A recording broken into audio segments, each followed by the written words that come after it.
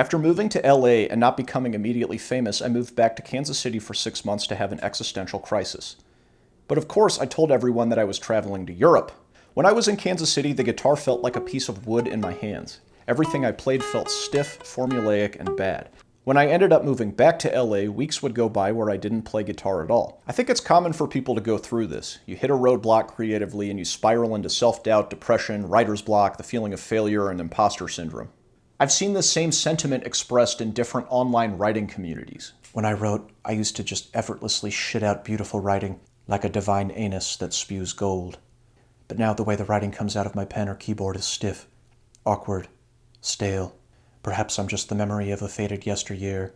I best quit, lest everyone find out that my aspirations to be a beautiful genius artist were deluded and dull, not unlike myself. But I hear this a lot, and I've gone through this a lot myself in my creative life, and even in my personal life too. I actually had this perspective on my entire life for the first time when I entered high school.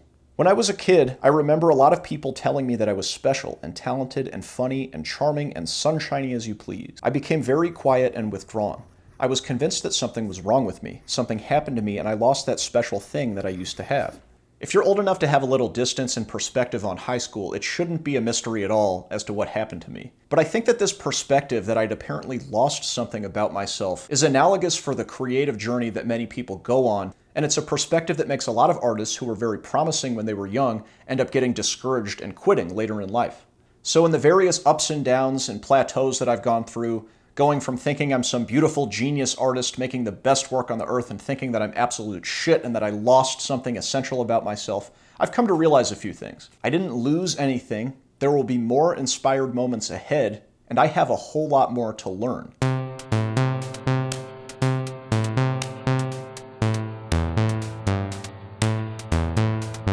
I wanted to interrupt for a moment to mention that on August 15th, I'm going to be releasing a novel called Lionel, Lancet, and the Right Vibe. For any more information about that, you can follow me on Instagram at DanielBackerAuthor or look up Lionel, Lancet, and the Right Vibe on Goodreads. Back to the video. I've always enjoyed pursuing a variety of creative endeavors because lessons from one medium can inform others. But of all my creative pursuits, I have found that improv comedy has taught me the most valuable lessons that can be applied to almost any creative pursuit. One of the best things that I learned in improv from an amazing teacher and improviser named Susan Messing is that success on stage as an improviser requires stepping into the unknown. This should be obvious because it's improv, not prepare what you're going to say and do-prov. Even if you weren't straight up reciting prepared lines, Susan said after somebody has been improvising for a while, they will reach a plateau in which they're doing that thing they do, which is basically something that they got rewarded for in the past, but they're leaning on it too heavily. And it doesn't seem to work anymore. This applies to almost anyone's creative growth, but one of the things I loved about improv was that it was basically teaching you as a person how to be spontaneous and fun, and step into the unknown. When we're kids, that spontaneity is easy and natural, but as we grow older and enter different social contexts, we learn that trying to be natural and fun can cause a lot of social anxiety, and we start doing, to quote Susan, that thing we do, that comfortable, familiar version of ourselves that makes us feel safe. So when I felt like I had mysteriously lost something essential about myself when I entered high school, I'd actually just entered a social context where the old tricks didn't work anymore, and I didn't have that instant approval from my peers and adults. In this position, you can accept the proof right in front of you that you're a faker or a has-been. And for writers on the forums, you might accept that you're washed up at 18, and you somehow squandered your promising adolescence through artless foolishness. When reaching a plateau like this, or a deep valley, we shouldn't ignore the disappointment or the feeling that everything that you're making is stale or downright bad. This feeling is an indication that you have a choice to make. The first option is accepting that you suck. And in this case, you also need to prepare a response to the people who will undoubtedly ask you, "Oh, how'd everything go in LA, Danny? Giving up on the dream, huh?" But there's another option. The other option is to step into the unknown. You need to try something new. And usually, if you can make yourself spontaneous, the result is better than anything you could have planned. Susan Messing also taught our class that it's a matter of discovering what the scene is about rather than planning it. Her example was that bad improv from heady writer types like me was about entering a scene and creating a thesis, or that the heady writer type enters the scene and tries to control the way that the scene goes, making everything adhere to what they decided. As you can imagine, this kills any sense of spontaneity and asserts that you already know what the apparently improvised scene is going to be about. You might squeeze out a few funny one-liners, but in general, this kills the spontaneity and the fun. I had the pleasure of watching her perform many times when I lived in Chicago, and it was amazing to see her practice what she preached. There was one show in particular where, at the top of the scene, she just flailed her body and made her face land in a specific position, and then the rest of the scene was about her living in the moment to figure out why she landed like that. Another fantastic improv teacher I had was Mick Napier, the founder of the Annoyance Theatre in Chicago, who's actually a pretty heady guy. Knowing his own proclivity to steer toward logic and to have things make sense, he would purposefully do illogical moves in the scenes to surprise himself and to shake himself out of that linear thinking. This is something that also Christopher Walken is reported to have done, that one of the reasons that he says his lines like that is he's trying to surprise himself into expressing it in a way that he couldn't have planned. Now, some people take this advice and they completely spaz out in order to be as chaotic as possible. But in this case, and I'm paraphrasing Mick Napier, the chaos actually becomes the predictable linear nature of the scene. This was my approach to music. I was a fan of math rock when I first started playing guitar, and I liked it because it was wild and unpredictable and not your daddy's music that seemed to be swirling all around me when I listened to it. But after a while, it seemed like the type of chaos that a lot of the bands would go for settled into certain conventions. It became reliably chaotic. I've seen a lot of similar things in discussions on the writing forums on Reddit. Apparently there are two types of writers. There are outliners and pantsers. I personally think that pantsers is one of the ugliest made-up words in the English language, and so I prefer to call pantsers discoverers, borrowing from Susan Messing's term. One of my biggest issues with outlining, specifically at the beginning of a project, is that it's kind of like claiming to know what an improv scene is going to be about before you walk out on stage. It's to commit a piece of art to a thesis before it's actually been executed. And in my opinion, you can't really tell if an idea is going to be good until it's been executed. So what do? Do we outline or do we discover? Everyone knows that it has to be one or the other and that nuance is impossible. But what if it isn't? I think that a lot of what makes spontaneity and unpredictability in art good is having a structure, and structures need spontaneous parts within them in order to keep them from being stale and linear. If you're a writer, it's not hard to call yourself an outliner, but people in different mediums really resent the idea that they're anything but inspired and emotive. But I think that the notion of being only creative and only emotive and denying any sense of cerebration in theory can be just as limiting. I see this the most in music, where people say, I don't know any music theory. I barely know what I'm doing at all. It's as if the collective unconscious is just sending down pure transcendent art to them and we're supposed to conclude, wow, truly you are a beautiful genius artist.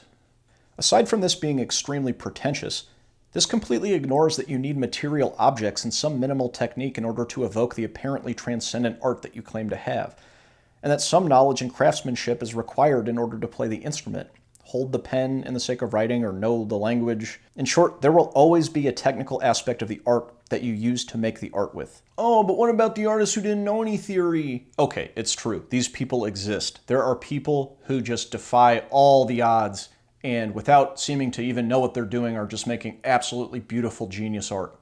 I don't deny this. But so often when I hear people brag about not knowing music theory, they play the pentatonic scale and they look at you like, it's okay to be impressed. If you don't know music, the pentatonic scale is one of the easiest and most common scales on the guitar, and one of the reasons for this is that almost any note that you land on sounds good. And please don't get me wrong, I love the pentatonic scale. I use it all the time. But this would be like a painter who only paints with the color red, or a comedian who only does puns. There's nothing wrong with the color red, and even though this might be controversial, I don't think there's anything inherently wrong with puns. But if you only paint with the color red, and if you only tell jokes that are puns, and then you look at everybody saying, yeah, I had no formal training, the reaction would be, yeah, we can all tell. For music, it would be extremely difficult and improbable to just guess your way into complex tonal expression. And again, for the people who never had to learn it, yes, they are indeed special. Obviously, music doesn't have to be complex, but knowing all of your options as a musician can give you a better creative potential and a broader range of expression. And I'll say for me personally, learning music theory has only opened doors for me. My reaction is usually, I didn't even know that was possible, rather than, I'm a computer now who plays by the rules, no longer creatively inspired. There's a difference between breaking the rules creatively and going into unknown territories that pushes the art forward and just simply not knowing what you're doing. And yes, for the 1000th time, there are kids on the internet and they make beautiful genius art and they make the rest of us feel terrible about ourselves. I'm only half joking when I say this. I actually used to feel like a failure because I was not exceptional or a prodigy or an artistic genius. Like I said, I thought this about my entire personality when I went to high school. I thought I was supposed to be socially graceful and liked by everyone without trying. I thought that it was supposed to come easy. So it's time to break the news, the hard truth, to the people on the writing forums who used to be good, to myself on guitar who thought that I used to be good, to me when I got to high school and got awkward and weird, thinking that I used to be good. And for every artist, nay, every person wallowing in despair of how good we used to be, I have news. No, you didn't. You didn't used to be good.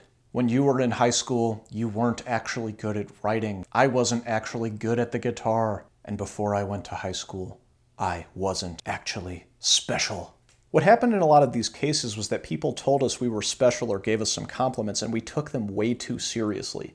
A lot of times, it's our friends and our family, and they're trying to encourage us. And we might actually have shown a lot of promise for our age or even been kinda good. Everything that I've described in these moments of feeling uninspired or dissatisfied with your art or your personality, in my case, comes from entitlement. Usually we think of the word entitlement as applying to somebody who's like a jerk, but it also means just thinking that you deserve something that you haven't earned. This is actually a great recipe for uncertainty and self-loathing. I didn't get a great creative career as soon as I moved to LA, so I must be a piece of shit. I had trouble making friends in high school, so I must be a piece of shit. My writing isn't as good as it used to be, so I must be a piece of shit. So in all of these cases, I think it's just a matter of having not put in the work. You might say, well, yeah, but I already know how to do it all. I already know how to play the guitar. I already know how to write in English. I don't believe you. You might know what you know, but there are so many different aspects to every single medium of art that you might pursue that if you had truly mastered them all, you probably wouldn't be watching this video. And if you claim to have mastered every single medium of art out there, your name must be Danny Backer. So I'm going to conclude with a few creative truisms or tips that can help you get out of a creative block if the rest of this video was too freewheeling for you. You are not essentially good or bad. Being uninspired or creatively blocked is just an indication that you need to change the way that you're approaching it. You might need to learn something technical about your craft. On the other hand, you might need to shock yourself out of logical thinking in order to launch yourself into spontaneity. Or maybe you're just dehydrated. There's something ethereal and transcendent and mysterious about art, but there's also something technical and material that can be learned about art. When you're creatively blocked, try a really big, bold choice where you risk being bad. I think in writing especially, we get trapped in this idea of orthodoxy, so try to break those rules to get through to new creative heights. And lastly, don't give up. If you're creatively blocked right now, inspired moments will be around the corner.